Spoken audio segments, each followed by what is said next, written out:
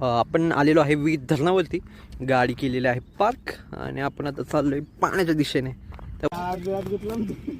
ऋषा जाऊ नको, खरं सांगतो जाऊ नको ऋषा, नको जाऊ.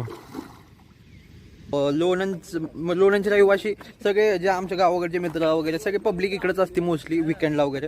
इकडे असं सूर्य जो आहे तो इथं झाडांच्या मागं असा लपला आहे, त्याच्यामुळं आज सनसेट मला नाही वाटत भेटेल बघायला. बघा मग तुम्हाला जर आवडत असेल तर तुम्ही येऊ शकता. पुण्यापासून एक ते 1.5 तासाच्या अंतरावरती आहे सनसेट.